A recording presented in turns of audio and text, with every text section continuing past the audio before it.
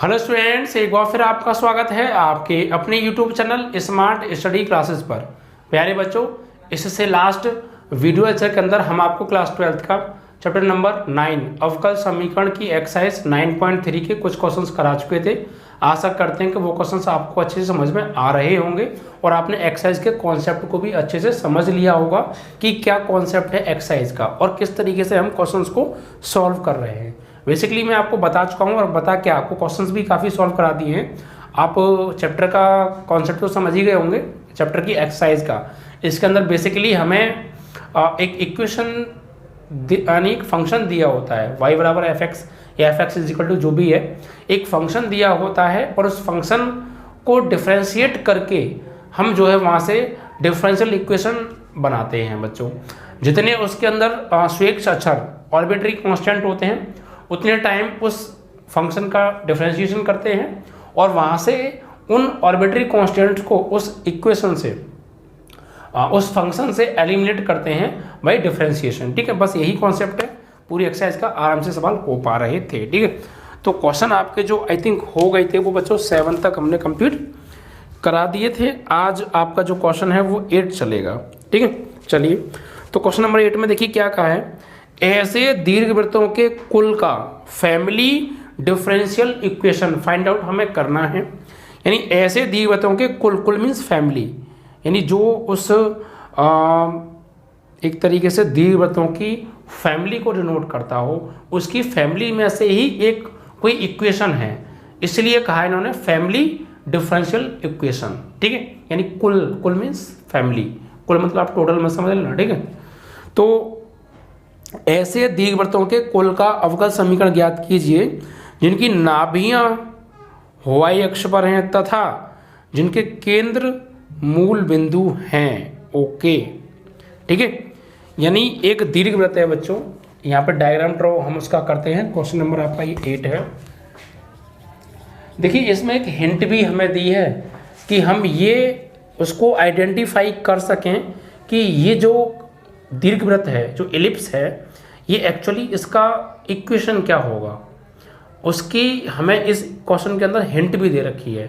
अगर आपने वाकई में 11th क्लास में ये चैप्टर अच्छे से डीपली पढ़ा है तो फिर आप इसको समझ पा रहे होंगे और इसकी लैंग्वेज को पढ़ते ही आपके माइंड में आ जाएगा कि आपको इसका जो ड्रॉ करना है डायग्राम वो किस तरीके से करना है। ठीक है, तो अगर आपने पढ़ा है तो, और नहीं पढ़ा है तो दिक्कत तो आपको आएगी ही आएगी, इसमें तो कुछ भी नहीं हो सकता। ओके, इसलिए मैं कह चुका हूँ, आप अच्छे से पढ़ लीजिएगा बच्चों। ठीक है, तो देखिए क्वेश्चन में 8 में एक दीर्घवृत्त जो है वो इस टाइप का है जिसकी नाभियां तो y अक्ष पर हैं और केंद्र मूल बिंदु हैं। तो आप समझ गए होंगे, जिस दीर्घवृत्त की नाभियां y अक्ष पर और केंद्र मूल बिंदु होता है तो वो कुछ इस टाइप का होता है बच्चों, ये हो एलिप्स। ठीक है, तो इसके सेंटर क्या होगा 0,0 और जो नाभियां वो y अक्ष पर हैं।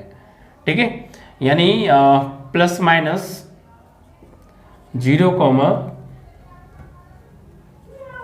B E इस तरीके से। इधर प्लस, इधर तो प्लस होता है, इधर नीचे माइनस आ जाता है, माइनस 0, माइनस BE ये, और सेंटर 0,0।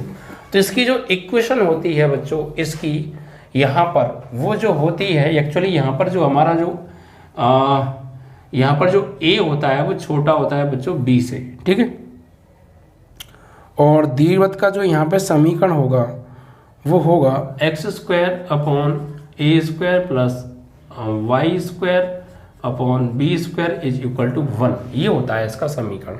ठीक है, और यहाँ a is less than to b होता है। ठीक है, ये इक्वेशन है। तो अब इसको आपको जो है डिफ्रेंशिएट करना है और यहाँ से a और b को एलिमिनेट करते हुए डिफरेंशियल इक्वेशन फाइंड आउट करनी है। ठीक है, तो कैसे करने वाले हैं देखिए बच्चों, कोई दिक्कत नहीं है, बहुत आराम से हो जाएगा। बस आप इसको डिफरेंशिएट कीजिए बच्चों। ठीक है, इसको इक्वेशन नंबर आप 1 बना लीजिए। तो x के सापेक्ष समीकरण 1 का अवकलन करने पर तो x² क्या होगा बच्चों 2x, और ये अपॉन में तो कांस्टेंट a² चल ही रहा है, एंड प्लस y² का क्या होगा 2y, और अगेन y का y dash upon b square तो कांस्टेंट है और बराबर इसका क्या हो गया 0 हो गया। ठीक है, तो हमें इसका 2 टाइम डिफरेंशिएशन करना है और ए और स्क्वायर और बी स्क्वायर को एलिमिनेट करना है, बस आपको ये सोचना है बस। ठीक है, तो देखिए बच्चों यहाँ से अब आप क्या करने वाले हैं, अब आप क्या कीजिए बच्चों, इस x अपॉन ए स्क्वायर को ना राइट में ले जाइए, तो 2y dash upon b square is equal to minus के 2x अपॉन ए स्क्वायर। ठीक है, तो 2 से 2 कैंसिल आउट हो गया। ठीक है, अब आप क्या करेंगे यहाँ पर एक बार और आप इसका डिफरेंशिएशन कर सकते हैं, तो आप ऐसा कीजिए y dash upon b square तो ये आपका है और यहाँ पे माइनस के x अपॉन ए स्क्वायर बचा। अब आप बच्चों यहाँ पर कीजिए, यहाँ पर अब आप इस x को तो बुला लीजिए यहाँ पर और बी स्क्वायर को भेज दीजिए आप यहाँ पर, इन दोनों में आपस में पक्षांतर कर लीजिए, तो वाई डैश अपॉन नीचे आएगा x बराबर ये बी स्क्वायर जाएगा तो माइनस का बी स्क्वायर अपॉन ए स्क्वायर, भाई माइनस तो पहले से मौजूद है वहाँ पे, ये हो गया। अब इसका एक बार और आप डिफरेंशिएशन कर दीजिए, ये टोटल कांस्टेंट वैल्यू हो गई 0 हो गया, आ जाएगा आराम से। तो बस यही आपको दिमाग लगाना यार कि किस तरीके से हम ए और बी को यहाँ से एलिमिनेट कर सकते हैं, ऑर्बिट्री कांस्टेंट को किस तरीके से हम यहाँ से एलिमिनेट कर सकते हैं, हटा सकते हैं, इसमें से गायब कर सकते हैं, ये आपको माइंड लगाना है। अगर आप इतना समझ गए तो कोई दिक्कत नहीं है, आप सभी सवाल कर लेंगे। ठीक है, आराम से। तो यहाँ पर फिर करेंगे पुनः x के सापेक्ष अवकलन करने पर, तो यहाँ पर बच्चों डिनोमिनेटर वाली कंडीशन बन गई, यानी अंश बटे हर वाला रूल लगेगा। तो हर का वर्ग, ठीक है, हर का वर्ग हर को छोड़ा और इन दोनों में फर्स्ट सेकंड रूल लगेगा, तो ये फर्स्ट और ये सेकंड, तो y को छोड़ा y डैश का y double dash minus y dash को छोड़ा y का y डैश। ठीक है, तो हर का वर्ग हर को छोड़ा अंश का अवकलन माइनस यहाँ पे बच्चों ये प्लस आएगा ना, पहले को छोड़ा दूसरे का अवकलन प्लस दूसरे को छोड़ा पहले का अवकलन, तो ये चीज़ हो गई, यानी हर का वर्ग हर को छोड़ा अंश का अवकलन हो गया। अब अंश को छोड़ा यानी y डैश को छोड़ा x का अवकलन 1 और बराबर में कांस्टेंट वैल्यू क्या हो गया प्यारे, ये पूरे कांस्टेंट इसका हो गया 0, तो ये तो चला जाएगा आपका 0 में। तो यहाँ से क्या बचने वाला है, यहाँ से अब जो आपका बचा वो क्या बचा। ठीक है, ऐसा कीजिए आप यहाँ तो पहले ब्रैकेट लगाइए और इस x का अंदर मल्टीप्लाई कीजिए आप। ठीक है, तो ये हो जाएगा x y double dash plus x का अंदर गुणा होगा x और y डैश का y डैश के साथ करेंगे तो हो जाएगा y डैश का होल स्क्वायर। ठीक है, एंड माइनस के y dash is equal to 0 हो गया ये। ठीक है, अब इसको आगे सॉल्व करें तो क्या करें, और कुछ तो सॉल्व हो नहीं रहा तो यहीं छोड़ दीजिएगा, कोई दिक्कत थोड़ी है। ठीक है, कुछ कॉमन तो कुछ आ नहीं रहा है नॉर्मली, तो बस यहीं छोड़ दीजिए, यही आपका आंसर है। आपके किताब में हो सकता है उन्होंने कुछ कॉमन ले लिया तो आप उस पर मत जाइएगा, सिर्फ आप अपना कैलकुलेशन देखिए, आपको जैसे ही कांस्टेंट जो वैल्यूज़ है वो एलिमिनेट हो जाए नॉर्मली सॉल्व कर दीजिए, आपका ये आंसर है। ठीक है, तो इस तरीके से आपका ये क्वेश्चन नंबर 8 भी कंप्लीट हो गया। ओके, क्योंकि इसमें आपको ऑर्बिट्री कांस्टेंट है, ऑर्बिट्री कांस्टेंट तो नजर आ नहीं रहे, तो बस एलिमिनेट हो तो गए आंसर। ठीक है, चलिए, तो इस तरीके से आपको एक्चुअली लैंग्वेज को पढ़ना है और लैंग्वेज क्या कह रही है उसकी लैंग्वेज को पकड़ना है, लैंग्वेज को समझते हुए फिर डायग्राम ड्रॉ करना है। और आपने 11th पढ़ रखी है तो आपके माइंड में तुरंत आ जाएगा कि यस ये इक्वेशन इसकी होगी, और फिर आपको उसको डिफरेंशिएशन करके उसमें से जो है आप ऑर्बिट्री कांस्टेंट को एलिमिनेट कर दीजिए, आपका आंसर आ जाएगा। ठीक है, चलिए, तो क्वेश्चन नंबर 8 आपका हो गया ये कंप्लीट।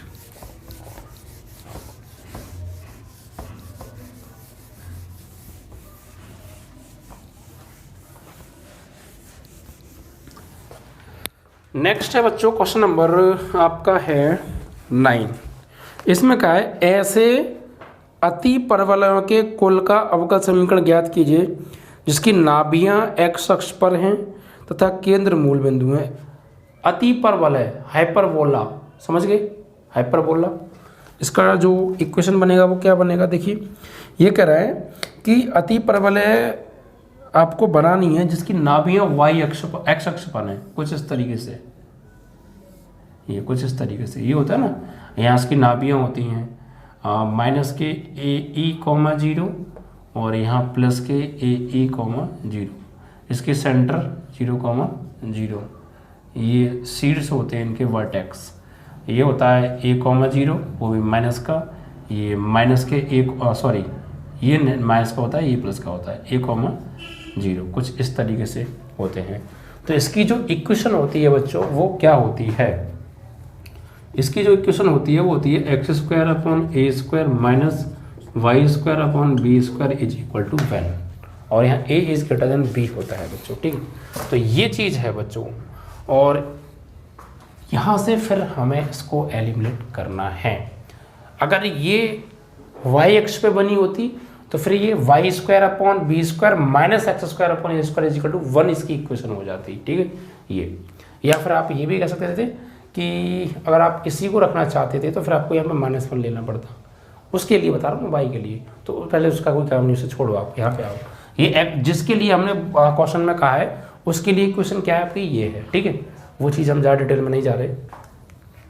तो यहाँ पर ये इक्वेशन है जब उस अति परवलय की जो जिसकी नाभियाँ x अक्ष पर हों, ठीक है। तो x² अपॉन a² माइनस के y² upon b² equal to 1।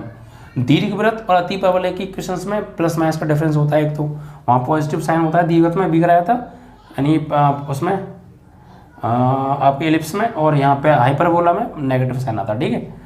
तो देखिए बच्चों, यहाँ पर इसको वही करना है हमको, सेम टू सेम अभी किया था, डिफ्रेंशिएशन करना है, a² b² एलिमिनेट करना है बस, ठीक है। तो कर दीजिए। तो x के सापेक्ष अवकलन, तो x² का 2x upon a² constant minus y² का 2y, और अगेन y क्या करेंगे y' अपॉन b² कॉन्स्टेंट है, बराबर इसका क्या हो गया 0। तो इसको आप घर ले जाइए, तो 2x अपॉन a² बराबर 2y y' अपॉन b², 2 से 2 कट गया, ठीक है। तो यहाँ पर से वही करिए, b² को आप यहाँ भेज दीजिए, x को आप यहाँ ले आइए, तो b² अपॉन a² बराबर y upon x, again differentiation. तो ये तो कांस्टेंट है, 0 हो जाएगा। यहाँ पे अंश बटे हर वाला रूल लगा दीजिए, हर का वर्ग, हर को छोड़ा अंश का फर्स्ट सेकेंड, तो y को छोड़ा y' का y' माइनस प्लस y' को छोड़ा फिर y का y', तो हर का वर्ग, हर को छोड़ा अंश का अवकलन माइनस अंश को छोड़ा, यानी y' को छोड़ा हर का अवकलन, यानी x का अवकलन क्या हो जाएगा 1, ठीक है, इस तरीके से। अब इसके बाद ये तो 0 गया, तो 0 इज इक्वल टू अंदर करेंगे x y y', ये हो जाएगा y x का अंदर गुणा होगा तो x y' का होल स्क्वायर माइनस के y', ठीक, यही आपका इक्वेशन होगा, डिफरेंशियल इक्वेशन, ठीक है। इस तरीके से आप इसको सॉल्व कर देंगे, ये आपका आंसर हो जाएगा, ठीक है। तो ऐसे आप करिए, और तो कुछ कॉमन तो खास तीनों में से तो कुछ आ ही नहीं रहा है, खैर यही आपकी डिफरेंशियल इक्वेशन है, ठीक है।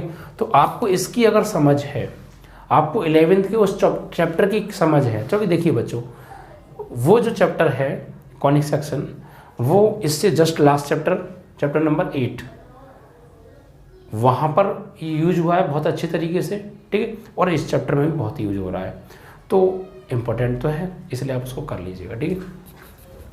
तो आपका बच्चों ये क्वेश्चन नंबर 9 भी यहाँ से कंप्लीट हो गया। अब बात करेंगे नेक्स्ट क्वेश्चन नंबर 10 के बारे में बच्चों।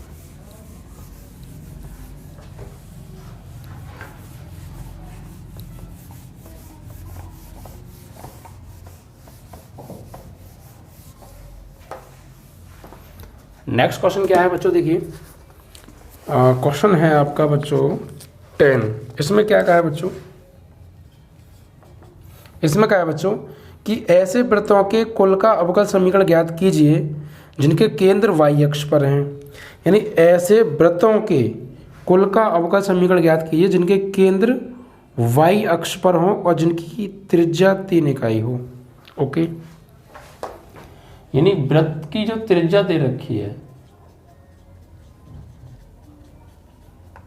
r बराबर 3 सेंटीमीटर, ठीक है। और ऐसे वृत्तों के कुल का अवकल समीकरण ज्ञात करना है जिनका केंद्र y अक्ष पर हो।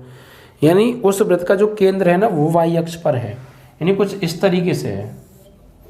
त्रिज्या है 3 सेंटीमीटर और केंद्र यहाँ कहीं है उसका, कुछ इस तरीके से होगा ये, कुछ इस तरीके से होगा, कुछ इस तरीके से हो सकता है। इसका केंद्र तो हो गया y पे जो x का मान है वो तो 0 होगा, और ये मान आप b मान लीजिए या आप a मान लीजिए, कुछ भी मान लीजिए। उसकी रेडियस 3 है, कुछ इस तरीके से है, ठीक है। चलिए, तो कोई नहीं, जब केंद्र पता है, सेंटर पता है, तो इक्वेशन क्या होगी, तो माना वृत्त की स्टैंडर्ड इक्वेशन क्या होगी, वृत्त का समीकरण। तो एक्स स्क्वायर, भाई एक्स की वैल्यू एक्स माइनस एच, यानी जो एक्स की वैल्यू है यहाँ पे, ये जो एच कोमा के हो गए ना केंद्र, तो जो एच की वैल्यू है तो 0 है, तो एक्स माइनस 0 का होल स्क्वायर यानी x square plus y minus, उसको ए ले लीजिए या आप चाहें तो बी भी ले सकते हैं, बी स्क्वायर बराबर आर स्क्वायर, आर स्क्वायर बोले तो 9, क्योंकि 3 का वर्ग क्या होता है पहले 9 होता है, ठीक है। तो यहाँ से अब इसको हम सॉल्व करेंगे तो क्या होने वाला है, तो एक्स स्क्वायर प्लस ये हो जाएगा आपका वाई माइनस ए का होल स्क्वायर बराबर 9। अब इसको डिफ्रेंशिएट करना 1 टाइम, क्योंकि यहाँ से ए हमको एलिमिनेट करना है, तो उसका क्या करेंगे, देखिए क्या कर सकते हैं आप, एक बार डिफ्रेंशिएशन करना है, ए एलिमिनेट करना है आपको। देखिए आप क्या करिए यहाँ से बच्चों, इसको तो आप ऐसे ही रखिए, वाई माइनस ए का होल स्क्वायर बराबर, इस एक्स स्क्वायर को भेज दिया राइट में, तो 9 माइनस एक्स स्क्वायर हो जाएगा, ठीक है। और अब आप इस स्क्वायर को भेज दीजिए राइट में, तो y minus a is equal to under root 9 minus x square हो जाएगा ये, ठीक है। तो कुल मिलाकर अब इसका आप x के सापेक्ष अवकलन कर दीजिए, x के सापेक्ष अवकलन करने पर तो y का क्या होगा भैया, y dash minus a constant है 0, रूट एक्स का 1/2 अंडर रूट x बोले तो 9 माइनस एक्स स्क्वायर, फिर अगेन इसका तो 0, ये 2x, ठीक है ऐसे। तो इसको सॉल्व करेंगे तो y dash is equal to minus के 2x/2 अंडर रूट में 9 माइनस एक्स स्क्वायर, इससे ये कट गया प्यारे। तो आप चाहते हैं तो इसका क्रॉस कर दीजिए या रहने दीजिए, y डैश अंडर रूट में 9 माइनस एक्स स्क्वायर बराबर माइनस के एक्स, लेफ्ट में बुला लो तो y डैश अंडर रूट में 9 माइनस एक्स स्क्वायर इधर आएगा तो प्लस के x बराबर 0। ये आ गई आपकी डिफरेंशियल इक्वेशन, ठीक है। इस तरीके से आप करिए तो आराम से आंसर आपको आने वाला है, बस कुछ नहीं करना। देखिए यहाँ पर थोड़ा सा क्या था कि एक्चुअल में इसमें ये कह दिया था कि सर्कल, तो आप सर्कल को यार x square plus y square is equal to a square मत कर दीजिएगा। उसमें सेंटर अगर 0,0 होते, उसके सेंटर 0,0 होते तो x square plus y square is equal to a square equation हो जाता है, इसका standard equation of circle. But उसने x को 0 कहा है बट y को 0 नहीं कहा, बिकॉज उसने ये कहा दिया कि उसका सेंटर जो है y एक्सिस पर है। इट मीन्स y एक्सिस पर जो x की वैल्यू होती है वो 0 होती है। यू नो क्लास 9 से आप जानते होंगे सारी चीज़ें, जो क्लास 9 से आप जो है जियोमेट्री अगर आप पढ़ रहे होंगे तो वहाँ से आप समझ पा रहे होंगे, ठीक है, कि y एक्स पर x की वैल्यू कैसे 0 होती है, वो सब चीज़ आप क्लियर होंगी। तो y एक्स पर x की वैल्यू तो 0 होगी बट y की वैल्यू कुछ ना कुछ होगी, तो लेट a एंड या b समथिंग कुछ भी बना सकते हैं आप, ठीक है। तो ये h को मैं क्या हो गया, तो जो इक्वेशन होता है actually standard equation of circle जो होता है बच्चे, वो x माइनस एच का whole square plus y minus k का whole square is equal to r square, ये होता है। तो ये एक्चुअली y एक्सिस पर x की वैल्यू 0 एंड y की वैल्यू समथिंग लेट a, तो 0, a हो गया, ये h, k हो गए, तो h की वैल्यू 0 लगाएंगे आप यहाँ पे, तो x माइनस 0 का whole square plus y minus k की वैल्यू a हो जाएगा इक्वल r की वैल्यू 3 का स्क्वायर। तो फाइनली ये तो एक्स स्क्वायर बचा ना, और ये y माइनस a का होल स्क्वायर बचा, और ये 3 का स्क्वायर 9 हो गया। तो यही तो भैया ये है, और दीजिए आप थोड़ा सा ऊपर वाली, क्यों सब कुछ भैया इस तरीके से आपको करना था ये, ठीक है। तो उसका आप डिफरेंशिएशन कर दीजिए, आंसर आपका ही जाएगा।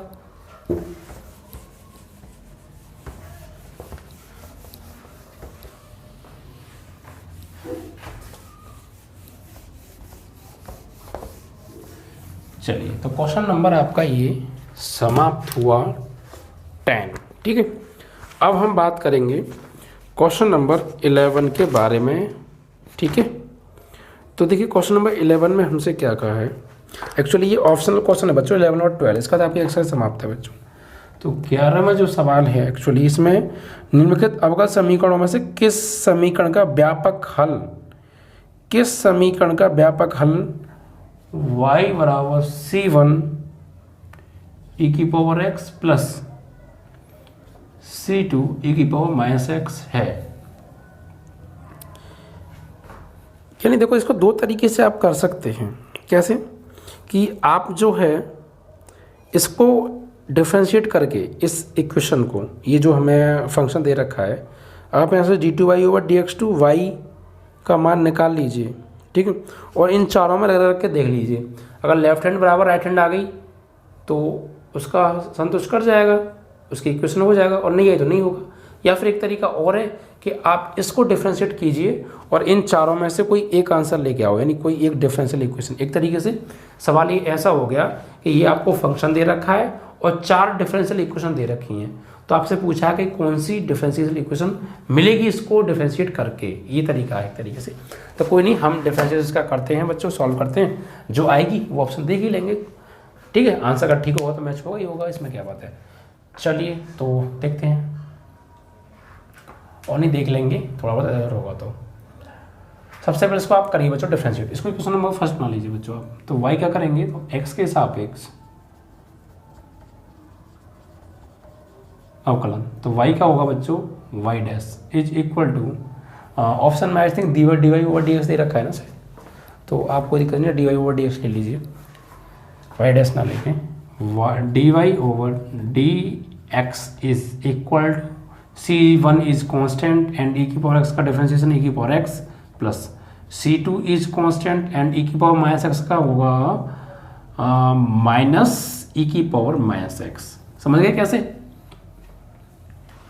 कैसे, e की पावर माइनस x का होता है e की पावर माइनस x, और फिर अगेन माइनस x का करेंगे तो वो -1 हो जाएगा, इसलिए माइनस आ गया, ठीक है। तो यहाँ से फाइनली जो dy/dx की जो वैल्यू आ गई प्यारे, वो आ गई c1 e की पावर x और ये माइनस c2 e की power minus x। Okay, but हमें c1 c2 एलिमिनेट करने हैं, वो कि अभी तक नहीं हुए हैं। एक बार अवकलन हो गया, 2 बार से ज़्यादा अवकलन मुश्किल से ही करेंगे हम। तो कोई नहीं, आप ऐसा कीजिए, इसका अगेन कीजिए, अगेन डिफरेंशिएशन। तो d2y/dx2, जो कि चारों ऑप्शंस में d2y/dx2 तो आएगा, ठीक है। तो ये c1 को आप एज इट इज e की पावर x का e की power x minus c2 is constant and e की पावर माइनस x का e की पावर माइनस x और अगेन माइनस x का -1। तो d2y/dx2 बराबर c1 e की पावर x, ये minus minus plus c2 e की power minus x, okay, e की पावर माइनस x। और ये आप गौर दीजिए बच्चों, फ्रॉम इक्वेशन नंबर फर्स्ट, ये किसकी वैल्यू है, y की, तो यहाँ y लगा दीजिए आप फ्रॉम फर्स्ट। तो d2y/dx2 इज इक्वल टू, ये किसकी वैल्यू है बच्चों, y की, तो y, बस ये आपकी डिफरेंशियल इक्वेशन आ गई, ठीक है। इस तरीके से c1 c2 एलिमिनेट हो गए। यहाँ तक लग रहा था एलिमिनेट नहीं हो रहे, लेकिन जैसे किया तो गया, y की वैल्यू है, हो गया एलिमिनेट, d2y/dx2 इक्वल y आ गया, डिफरेंशियल इक्वेशन आ गई, ठीक है। अब ऑप्शन देख लेते हैं हम यार, कौन सा ऑप्शन मैच हो रहा है आपका। तो ऑप्शन जो मैच हो रहा है वो d2y/dx2 is equal to y, यानी इसको इधर बुला लिया इसने, तो माइनस y, यानी इसको ऑप्शन में इसने इस तरीके से दिखाया है, d2y/dx2 माइनस इधर आएगा तो y बराबर 0। ये ऑप्शन आपका मैच हो रहा है, option number B is correct, ठीक है। चलिए, तो इस तरीके से आपका ये क्वेश्चन नंबर 11 भी बच्चों यहाँ पर हमने समाप्त कर दिया। ऑप्शनल क्वेश्चन था ही। अब इसके बाद बच्चों क्वेश्चन नंबर 12 को देखते हैं, ठीक है। क्वेश्चन नंबर 12 में क्या दिया है, तो देखिए,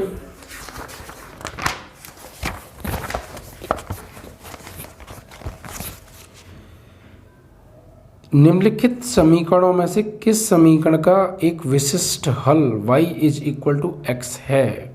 ओके, चलिए, ये भी कुछ लास्ट टाइप के क्वेश्चन का ही है, ठीक है। क्वेश्चन नंबर 12 हमें दे रखा है y बराबर x एक फंक्शन है और ये एक विशिष्ट हल है। 4 ऑप्शन बच्चों में दे रखे हैं। तो यहाँ पर एक्चुअली हम क्या कर सकते हैं, विशिष्ट हल मतलब आप समझ रहे हैं ना, विशिष्ट हल वाला यानी कि जो ऑर्बिटरी कांस्टेंट होते हैं उनकी जगह पर हम अपनी तरफ से कोई भी कांस्टेंट वैल्यू लगा सकते हैं। तो यहाँ पर हो सकता है हमने 1 वगैरह कुछ लगा दिया हो, 0 लगा दिया हो, ए बी की जगह 0 लगा दिया हो या 1 लगा दिया हो, तो इसलिए यहाँ पर एलिमिनेट हो गए हैं वो, मतलब दिख नहीं रहे आपको एक तरीके से। तो कोई नहीं, आप ऐसा कीजिए, ये हमें बताना है किसका विशिष्ट हल है इन चारों में से।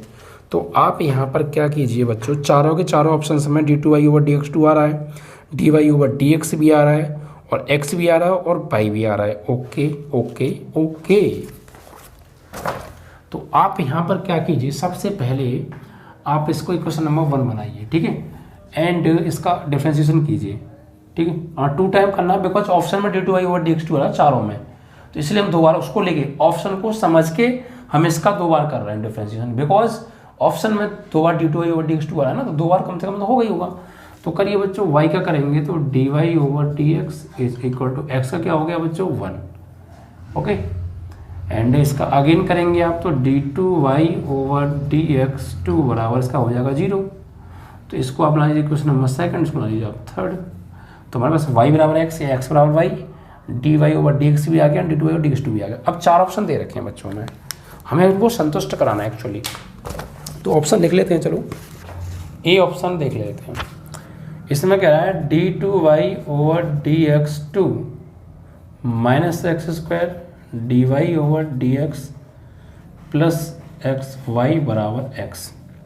यानी इसमें ये कह रहा है निम्नलिखित समीकरणों में से किस समीकरण का एक विशिष्ट हल y बराबर x है। इट मीन्स दैट स्टूडेंट्स कि हमने y बराबर x हमें पता है, dy/dx हमें पता है, d2y/dx2 हमें पता है। अगर हम इन सभी वैल्यूज़ को उठा के इसकी लेफ्ट हैंड साइड में रख दें और राइट हैंड ले आएँ तो ये इसको सेटिस्फाई कर जाएगा, यस और no. Of course yes, because ये सारे ऑप्शंस इसको अगर सेटिस्फाइड कर गए, it means left hand is equal to right hand आ गया, तो फिर बात बन जाएगी हमारी, ठीक है। तो चेक करते हैं, चलो भैया लगाइए मान।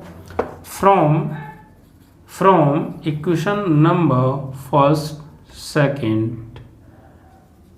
एंड 3rd वैल्यू पुट कीजिए बच्चों आप। तो d2y/dx2 की वैल्यू क्या है, what is the value of d2y/dx2 जी 0। तो यहाँ 0 माइनस x² रहने दीजिए आप, dy/dx की वैल्यू क्या है 1 and plus x into y की वैल्यू क्या है, i की वैल्यू है x फ्रॉम फर्स्ट। तो फाइनली यहाँ से जो मुझे मिला -x² और प्लस x², और ये हो गया बच्चों 0। बट मुझे लाना क्या था, राइट हैंड में x लाना था। तो यहाँ पर बराबर में x, तो यहाँ पे बराबर तो है नहीं, यानी left hand side does not equal to right hand side. तो ये वाला ऑप्शन तो बच्चों फिर है नहीं। Option number B is incorrect. Option number B को देखते हैं बच्चों, A is incorrect, B check कर रहे हैं। d2y/dx2 plus x dy/dx plus xy is equal to x लेके आना। तो लगाइए बच्चों, d2y/dx2 वैल्यू क्या है 0 प्लस x इंटू dy/dx की वैल्यू क्या है,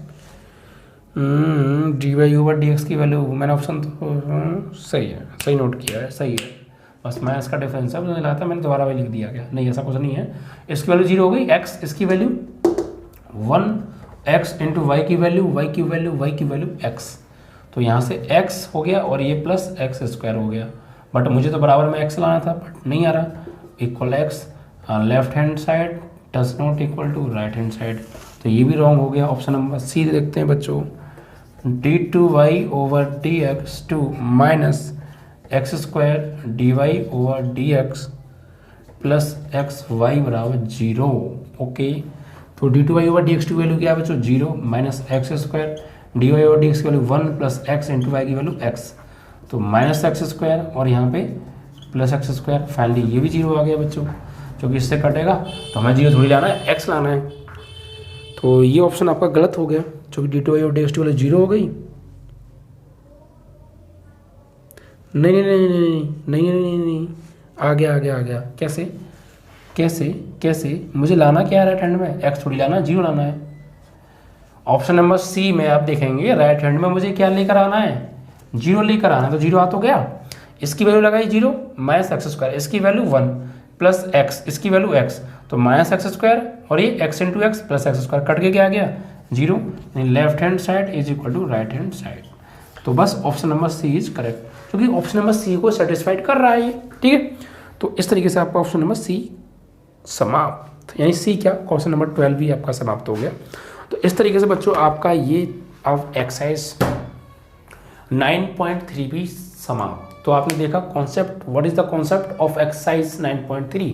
बहुत सिंपल कॉन्सेप्ट था, आप समझ भी गए होंगे कि सभी क्वेश्चंस का लगभग कॉन्सेप्ट सेम था, पर थोड़ा सा माइंड आपको यूज करना था।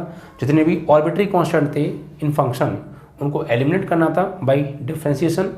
जितने number of arbitrary constant function के अंदर आ रहे थे, उतने ही टाइम हमको उस फंक्शन का डिफरेंशिएशन करना था और वहाँ से उनको एलिमिनेट करके डिफरेंशियल इक्वेशन फाइंड आउट करनी थी। टोटल एक्सरसाइज का कॉन्सेप्ट था, एक्सरसाइज समाप्त, ठीक है। चलिए।